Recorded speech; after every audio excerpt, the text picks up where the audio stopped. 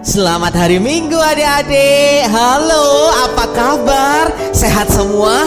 Sukacita semua? Kalau sukacita mana senyumnya? Mana? Kayak Kak Andi ini loh, senyumnya lebar karena sukacita penuh. Kenapa? Karena kita mengasihi Tuhan dan Tuhan mengasihi kita. Nah, satu ayat Mazmur 25 ayat 5 akan menjadi ayat pengantar ibadah minggu hari ini. Bawalah aku berjalan dalam kebenaran-Mu dan ajarlah aku, sebab Engkaulah Allah yang menyelamatkan aku. Engkau ku nantikan sepanjang hari. Mari kita berdoa. Tuhan Yesus, kami mengucap syukur kami boleh menikmati bersama-sama dengan teman-teman, dengan guru-guru sekolah minggu untuk menikmati hadirat Tuhan dalam komisi sekolah minggu. Ibadah sekolah minggu kami ingin nantikan setiap minggunya, karena kami ingin memuliakan, menyanyikan lagu-lagu pujian untuk Tuhan, dan sekaligus kami mau belajar firman Tuhan. Kami siap memuliakan Tuhan, kami siap mendengarkan firman Tuhan. Di dalam nama Tuhan Yesus kami berdoa. Semua katakan amin. Nah, adik-adik, Kak Andi mau tanya ini ya, jam berapa nih? Jam 10 ya, waktunya kita beribadah. Yang sudah siap ibadah, lihat jam 10 sudah siap. Gak boleh makan, gak boleh minum, gak boleh ngomong sendiri, gak boleh main sendiri, karena kita mau kasih sikap yang terbaik untuk Tuhan. Ding dong, ding dong, ding dong. Kita pujikan bersama-sama, berdiri semua. Dong ding dong, ding dong, ding dong, jamku berbunyi. Ding dong, ding dong, ding dong, ding dong, sekolah minggu kan dimulai. Tunggu, stop. Kak Andi ngelihat kok belum siap ya. Sudah siap semua? Kak Eka lagunya harus semangat karena adik-adik semua di rumah sudah berdiri dan kita mau nyanyikan ding dong, ding dong, ding dong, ding dong ya. Oke, siap. Musik Kak Eka ya.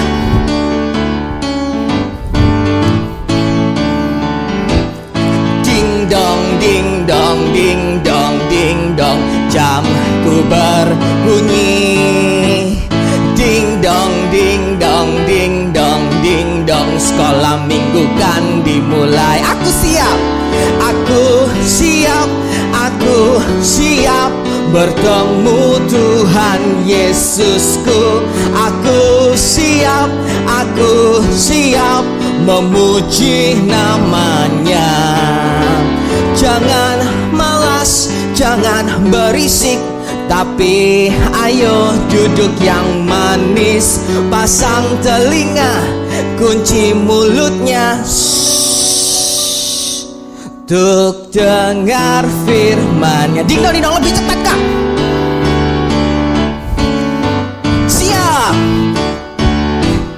Ding dong, ding dong, ding dong, ding dong, jamku berbunyi. Ding dong, ding dong, ding dong, ding dong, sekolah minggu kan dimulai. Aku siap bertemu Tuhan Yesusku. Aku siap memuji namanya. Jangan apa?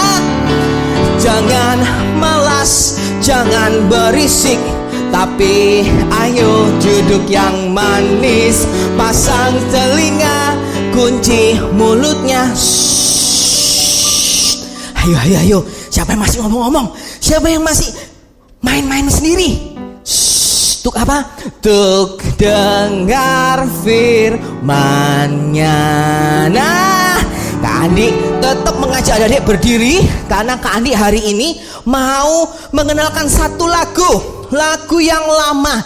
Kak Andi aja kemarin juga ingat-ingat lupa. Lagu ini menceritakan bagaimana kita semua anak-anak Tuhan mengingat apa ya? Mengingat apa ya? Kalau Paskah ingat apa adik-adik? Mengingat waktu Yesus disalib. Kalau ingat Yesus disalib, ngapain dong? Sedih? Iya sedih. Tapi bersyukur juga? Iya bersyukur.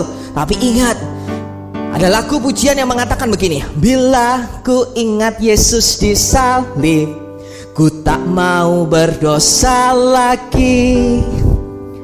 Bila ku ingat Yesus disalib, ku tak mau berdosa lagi. Nah, gampang lagunya ya. Kita pelajari liriknya dulu ya. Lirik awalnya gampang, cuman 2 kalimat diulang 2 kali ya. Begini. Bila ku ingat Yesus disalib, ku tak mau berdosa lagi. Bila ku ingat Yesus disalib, ku tak mau berdosa lagi. Nah, gerakannya gampangnya puter-puter. Ingat Yesus disalib, terus ku tak mau berdosa lagi ya. Demon, iblis ya. Terus refrennya begini. Takkan, wah ini tunggu ya, simpan dulu. Nah, takkannya ini seru nih, pakai tepuk-tepuk ya. Ya, takkan, ku tak akan, ku takkan berdosa lagi. Haleluya. Takkan, ku tak akan, ku takkan berdosa lagi. Bisa ya? Kita pelan-pelan, Kak Eka, kita nyanyikan liriknya dulu, habis itu gerakannya ya. Bila ku ingat Yesus disalib. Ingat-ingat ya, gampang banget, 2 kalimat. Siap. Bila ku ingat Yesus disalib, ku tak mau berdosa lagi. Haleluya. Bila ku ingat Yesus disalib, ku tak mau berdosa lagi. Stop. Kak, pelan-pelan dulu dong ya. Pelan-pelan dulu ya, pakai melodi ya. Ya, siap ya. Mulai dari awal Kak pakai melodi ya. Yuk. Ya, 1 2 3.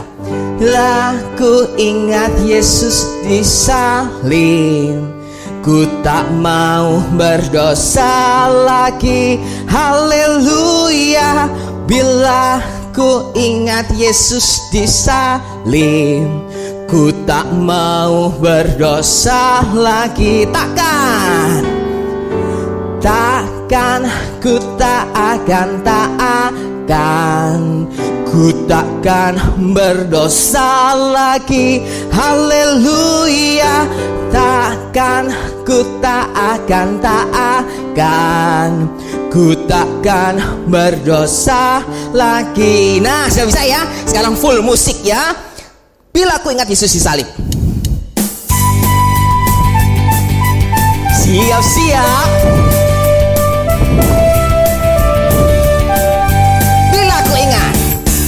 Bila ku ingat Yesus disalib, ku tak mau berdosa lagi. Haleluya.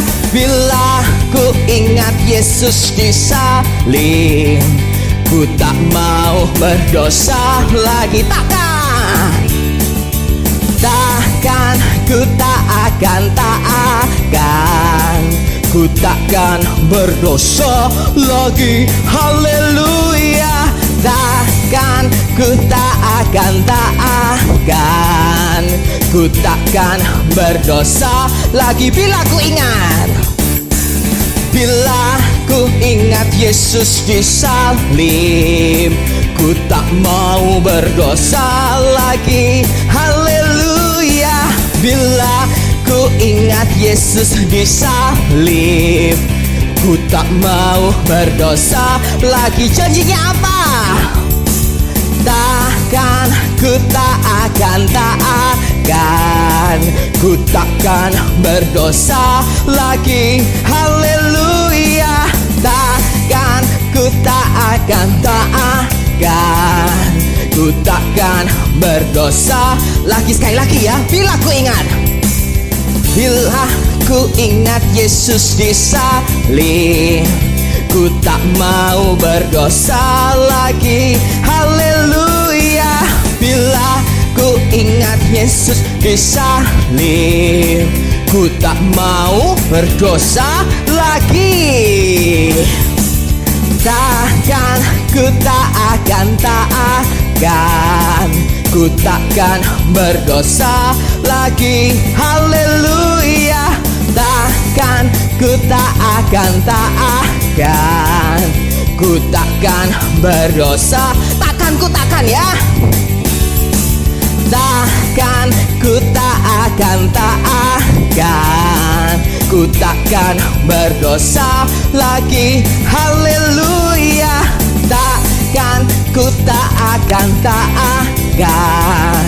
ku takkan berdosa lagi. Nah, ingat ya janjinya. Kalau ingat Tuhan Yesus, ingat apa?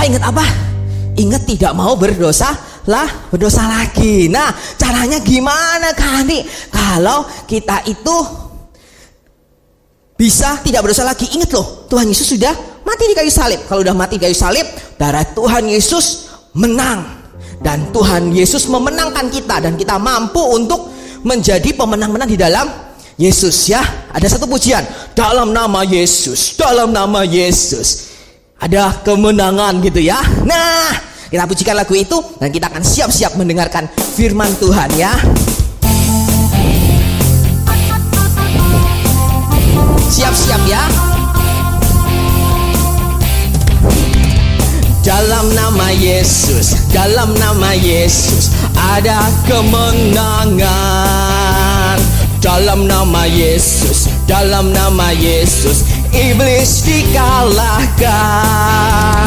Dalam nama Tuhan Yesus siapa dapat melawan? Dalam nama Tuhan Yesus ada kemenangan. Sekali lagi ya, dalam nama Yesus. Dalam nama Yesus, dalam nama Yesus ada kemenangan. Dalam nama Yesus, dalam nama Yesus iblis dikalahkan. Dalam nama Tuhan Yesus siapa dapat melawan? Dalam nama Tuhan Yesus ada kemenangan. Sekali lagi ya, dalam nama Yesus. Yuk adik-adik sendiri. Dalam nama ada. Dalam nama siapa? Dalam nama iblis. Dalam nama Tuhan Yesus siapa dapat melawan? Dalam nama Tuhan Yesus ada kemenangan. Nah, itu ya, kita mau menjadi pemenang-menang dengan kenapa? Karena darah Yesus sudah membuat kita tidak berdosa. Tapi ingat, manusia bisa berdosa kalau adik-adik gak jadi anak Tuhan yang baik. Nah, sekarang kita belajar firman agar kita jadi anak-anak Tuhan yang tahu bagaimana menyenangkan hati Tuhan melalui firman Tuhan. Silakan duduk, kita mau dengar firman Tuhan. Shalom anak-anak, senang sekali kami boleh berjumpa lagi dengan anak-anak. Anak-anak, sudah beberapa minggu ini kita sama-sama sudah belajar firman Tuhan tentang kitab Ester. Ya, happy ending ya anak-anak ya. Bagaimana kita melihat Tuhan memberikan kemenangan buat orang-orang Yahudi walaupun mereka berada di tanah pembuangan. Anak-anak, kali ini kami juga akan menceritakan peristiwa yang tidak kalah serunya ya. Bagaimana Tuhan memelihara umatnya di tanah pembuangan. Mau tahu ceritanya? Ya, mari kita berdoa dulu ya. Semua lipat tangan, tutup mata. Kita mau berbicara kepada Tuhan. Tuhan Yesus yang baik, saat ini kami mau mendengar firman-Mu. Tuhan, tolong kami, siapkanlah hati kami sebagai ladang yang subur, tanah yang subur buat pemberitaan firman Tuhan. Tuhan, tolonglah kami yang menyampaikan firman-Mu. Biarlah Roh Kudus menolong supaya dapat menyampaikan firman Tuhan dengan bahasa yang sederhana dan dapat dimengerti oleh kami semua. Terima kasih Tuhan Yesus. dalam nama-Mu saja kami sudah berdoa. Amin. Anak-anak, kali ini kami buat kuis tebak toko. Ya, kita mau tebak toko siapa yang dimaksud dari pertanyaan kami. Pertanyaan yang pertama ya anak-anak. Siapakah nama raja yang menyerang Yerusalem, kemudian merampas perabot bait Allah untuk dibawa ke Babel? Siapa yang masih ingat ceritanya? Jawabannya adalah ya, betul sekali, Raja Nebukadnezar. Hebat ya, anak-anak masih ingat ceritanya. Pertanyaan kedua, siapakah nabi yang menubuatkan bahwa kota Yerusalem akan menjadi reruntuhan dan penduduknya akan diangkut dan dibuang ke Babel? Siapakah nabi itu? Siapa? Oh, betul sekali, Nabi Yeremia. Ya, kita beberapa bulan yang lalu sebelum serial Kitab Ester, kita sudah belajar tentang Nabi Yeremia. Oke, pertanyaan berikut. Siapakah nama raja yang berhasil mengalahkan kerajaan Babel? Ada yang tahu? Raja yang berhasil mengalahkan kerajaan Babel. Kalau anak-anak tidak tahu, kami mengajak bukalah Alkitab. Kitab Ezra pasal 1 ayat 1. Siapakah orangnya? Ya, betul sekali, Raja Kores.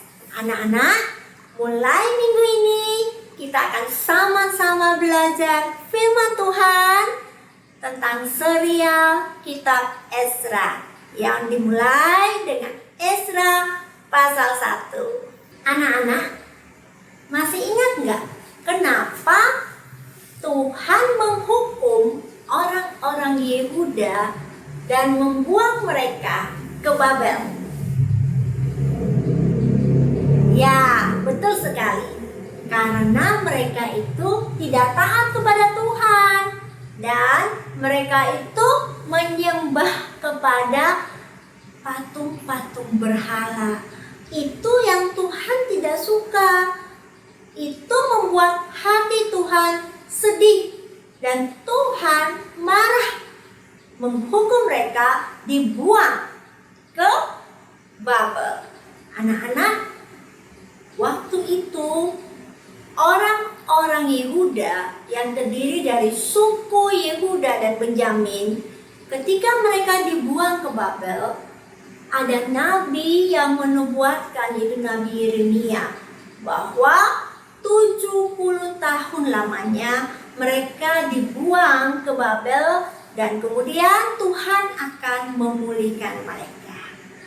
Anak-anak, waktu itu kerajaan Babel di bawah pemerintahan Raja Nebukadnezar betul menyerang Yerusalem. Bait Allah dihancurkan, perabot-perabotnya dibawa ke Babel. Ya, anak-anak, waktu berjalan dari tahun berganti tahun sampai akhirnya apa yang dinubuatkan oleh Nabi Yeremia itu tergenapi. Ya, itu terjadi tepat seperti yang Nabi Yeremia nubuatkan. 70 tahun kemudian, setelah mereka dibuang ke Babel, apa yang terjadi anak-anak? Kerajaan Babel yang besar itu akhirnya dikalahkan oleh kerajaan Persia. Raja pertama Persia, yaitu Raja Kores, dia berhasil mengalahkan kerajaan Babel. Dan tahukah anak-anak, ketika ketika Raja Kores menjadi Raja Persia, dia menguasai berbagai daerah-daerah jajahannya, termasuk orang-orang Yahudi ini. Apa yang dilakukan oleh Raja Kores? Tuhan menggerakkan hati Raja Kores sehingga Raja Kores ini membuat suatu perintah ya, yang dia buat dimeteraikan oleh raja sendiri. Perintah itu isinya apa, anak-anak? Yang pertama, bahwa dia mengizinkan orang-orang Yehuda atau orang-orang Yahudi untuk kembali pulang ke tanah airnya, yaitu Yerusalem. Dan tidak hanya kembali anak-anak, tapi mereka diizinkan untuk membangun bait Allah.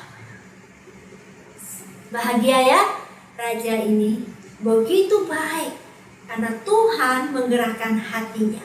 Yang kedua, bukan hanya mengizinkan pulang, tetapi Raja Kores menyuruh penduduk setempat, orang-orang yang hidupnya dekat di sekeliling orang-orang Yehuda itu, untuk memberikan mereka yang pulang bekal.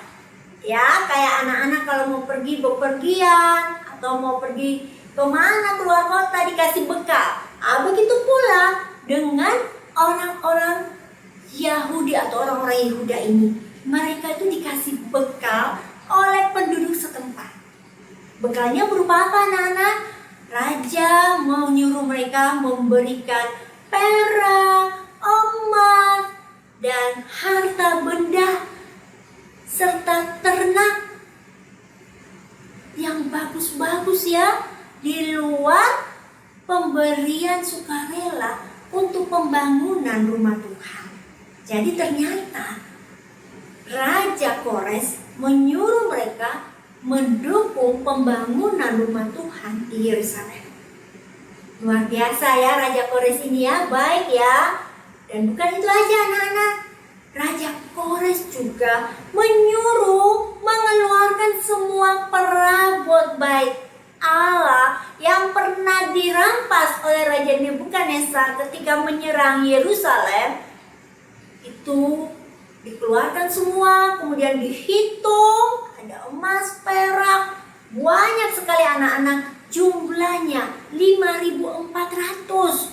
Dan oleh Raja Kores, semua perabot dan perlengkapan bait Allah itu dibawa kembali ke Yerusalem. Luar biasa ya anak-anak ya. Tuhan bisa menggerakkan hati Raja Kores, seorang yang tidak mengenal Tuhan, tetapi bisa dipakai Tuhan untuk menggenapi nubuat Nabi Yeremia.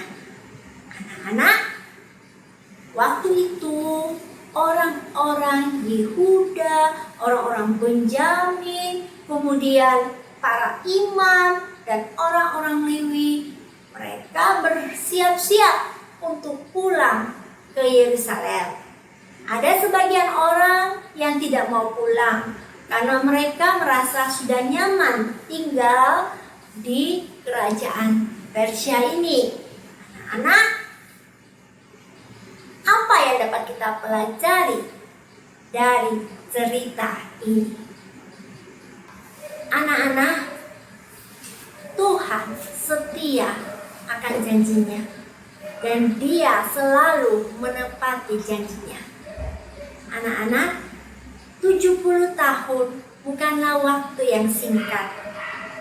Di sini ada anak-anak yang umur 7, ya, umur 7. Tetapi tidak ada yang umur 70. Kami juga belum umur 70.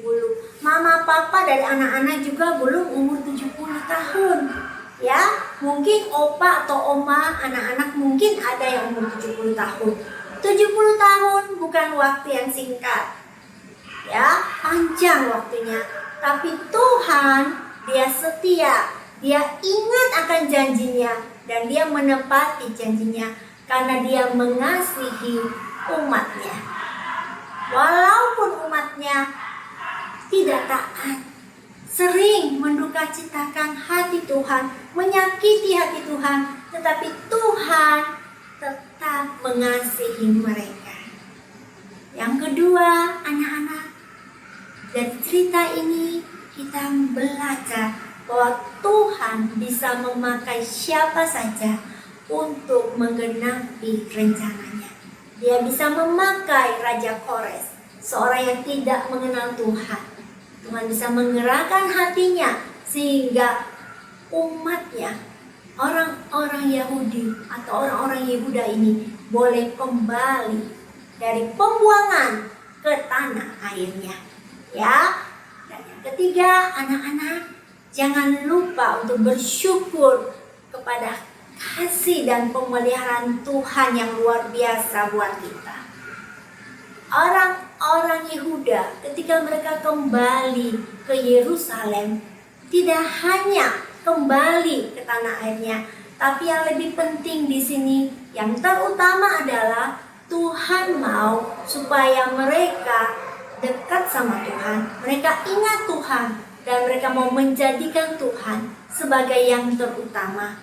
Oleh sebab itu, selain mereka kembali ke tanah air, oleh Raja Kores memerintahkan supaya mereka bisa membangun bait Allah. Kenapa anak-anak? Supaya orang-orang Yehuda ini mereka bisa datang beribadah kepada Tuhan, menyembah Tuhan, dan membawa persembahan mereka di hadapan Tuhan.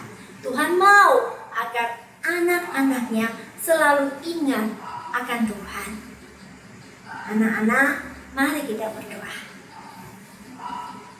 Tuhan Yesus yang baik, terima kasih untuk firman-Mu hari ini yang sekali lagi mengingatkan kami betapa Tuhan kami, Tuhan yang setia akan janjinya. Betapa Tuhan kami, Tuhan yang mengasihi kami. Walaupun kami berdosa, walaupun kami tidak taat dan layak untuk dibuang, tetapi Engkau Tuhan yang mau datang ke dunia, mati disalibkan untuk menebus dosa-dosa kami. Terima kasih Tuhan untuk kasih-Mu yang luar biasa. Terima kasih Tuhan untuk pemeliharaan-Mu buat kami semua. Tolonglah kami Tuhan, sejak kami masih kecil, kami rindu untuk hidup taat kepada Tuhan dan menyenangkan hati Tuhan. Dalam nama Tuhan Yesus, kami sudah berdoa. Amin. Nah, adik-adik gimana? Sudah dengar belum? Sudah belajar belum? Waktunya sekarang Kak Andi ajak adik-adik untuk memberikan persembahan dari apa yang adik-adik terima dulu dari Tuhan ya.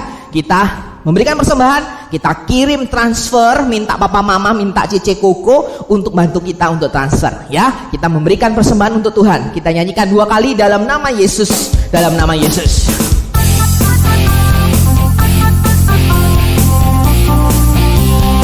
Dalam nama Yesus.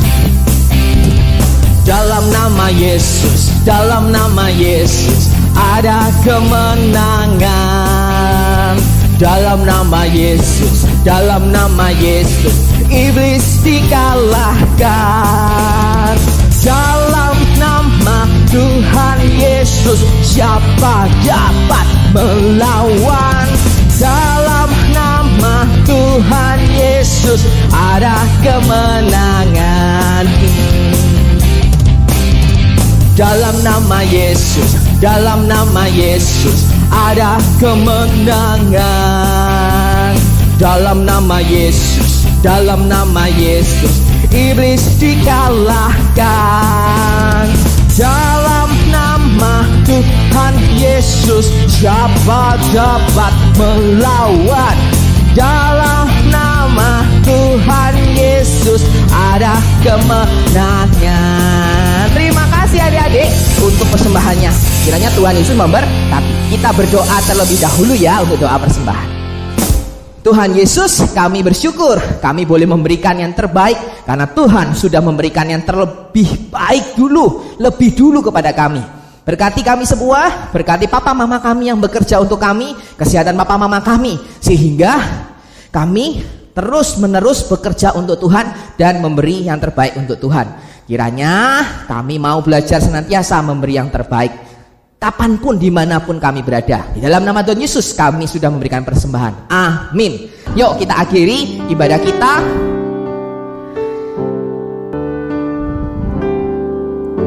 Terima kasih Tuhan untuk kasih setiamu yang ku alami dalam hidupku. Terima kasih Yesus untuk kebaikanmu sepanjang hidupku. Terima kasih Yesusku buat anugerah yang kau beri, sebab hari ini Tuhan adakan syukur bagimu. Terima kasih Tuhan untuk hari ini. Terima kasih untuk puji-pujian kami. Terima kasih untuk firman yang Tuhan berikan. Inilah kami semua, anak-anak sekolah minggu maupun guru-guru sekolah minggu, selalu berterima kasih karena Tuhan sudah baik. Di dalam nama Tuhan Yesus kami menikmati, memuji, memuliakan Tuhan, dan kami juga menikmati belajar firman Tuhan. Yang percaya katakan amin. Nah adik-adik, sampai ketemu lagi pada minggu depan.